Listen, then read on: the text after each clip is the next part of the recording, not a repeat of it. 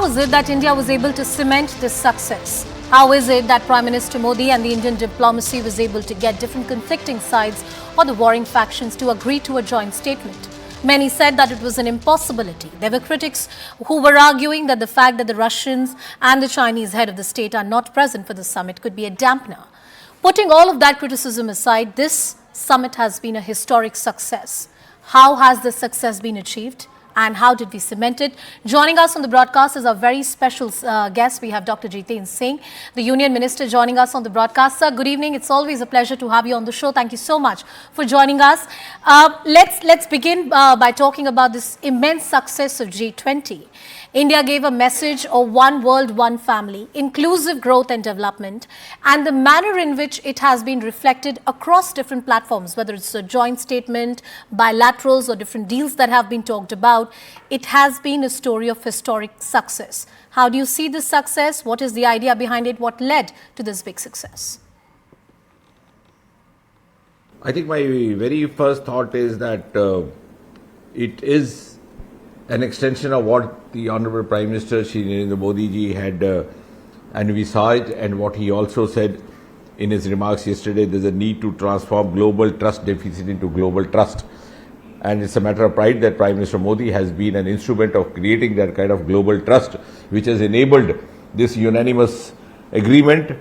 And India G20, I would rather put it in a single sentence, saying that it symbolizes inclusiveness in its best form. Is true to the theme of Vasudhaiva Kutumbakam, which you were referring.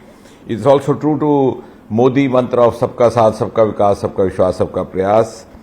And it's been a statesmanly lead taken by India by way of, for example, including African Union into G20, now converting G20 into G21.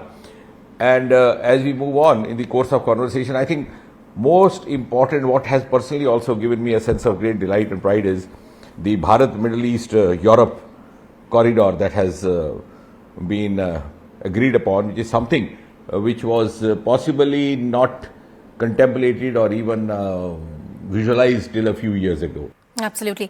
You've raised a lot of issues, so I want to tackle them one by one. You spoke of public trust.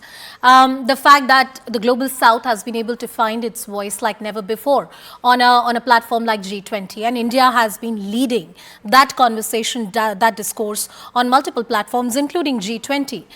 How do you see that trust building up at an international level on the leadership of the Prime Minister, on the leadership of the present government, the commitment of the present government to the sustainable development goals, inclusive growth, not just here in India, but across the world?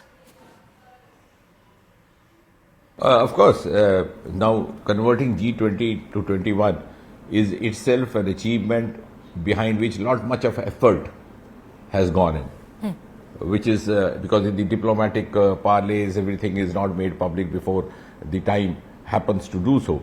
But there's not much of effort gone down by the Prime Minister himself and also the team inspired by him. Now, as far as including all the nations, as you mentioned, is concerned, I said, as I said in my opening remarks, G20 India is one of the finest examples of inclusiveness in its best form. And I think that is also reflected in the manner in which the joint declaration or the Delhi declaration was not evasive. It didn't mince words. It was forthright, frank, honest, and yet it was meaningful. And I think that is best reflected in reference to the Ukraine conflict or the Ukraine war, under the subheading Planet, People, Peace, Prosperity. So under the subhead of Planet, People, Peace, Prosperity, you would, if you go through that keenly, you would realize that G20 does very modestly admit that the resolution of a conflict situation or a war or a geopolitical contradiction is not its mandate. G20's mandate primarily is to act as a forum for international cooperation. But yet it is indulging because, for very important reasons, that the human beings tend to suffer in the aftermath of any conflict situation or in the aftermath of war. just as they also suffer in the aftermath of a pandemic like we experience in COVID. Yes. And therefore, the declaration also makes it very candidly assertive that we are highlighting human suffering and the negative impacts of war regard to the global food, energy, supply chains, etc., which tend to get adversely affected, and therefore in a way a situation like this also would end up causing economic distress, and taking cognizance of the concerns related to economic well-being of the population is important mandate of G20, and therefore it very wisely, very diligently also justifies its indulgence without making it appear that it is interfering into any kind of a geopolitical controversy. Sir, you very rightly point out the humanitarian approach that G20 as a platform has taken. And it also resonates with the Indian foreign policy position that India had taken vis-a-vis the Russia-Ukraine conflict. Many Western nations wanted us to take a very strong position when that conflict had begun or few months into that conflict. But India was very clear in terms of its approach. While we remain quote-unquote neutral in many ways, when it came to humanitarian aid or extending any kind of relief to the people who were suffering in the war, India was one of the first countries to come forward. The manner in which G20 resolution was adopted or that joint statement could be agreed upon is a reaffirmation of India's position. Do you see that as world agreeing that we need to take a far more humane approach when it comes to this particular war or crisis? Of course, to sum up what you are saying in a single sentence, there's a expression used: today's era must not be that of war. Yeah. Today's era must not be that of war, which is also used in the Bali Declaration earlier.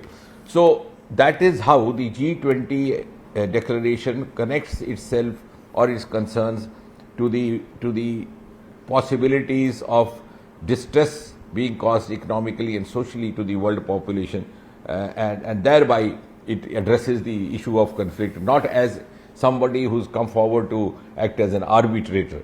So that is one aspect. The other part is connecting the same, and I'm sure you'll maybe taking up in the next question. This corridor thing actually has been very, it's put me nostalgically back to the Kabuliwala days, because that is something which the post-partition India would have, always looked for. It must have been the quest of the population, which has seen the aftermath of the partition happening, when about 10 to 20 lakh people got killed. Twice the number of them went homeless, and suddenly Pakistan comes in, and then vetoes are a request to overfly the zone. So the entire corridor gets cut off, which was actually a route of trade in the pre-partition days. Sure. So I think that's a huge restoration of a historical situation which had been somewhere got deranged in the agony and tragedy of the biggest exchange of population and the biggest partition that is known in the recent history of the world. And again, Prime Minister Modi will be credited for a long time for having introduced this concept of what is now being popularly described as the Bharat Middle East Europe corridor.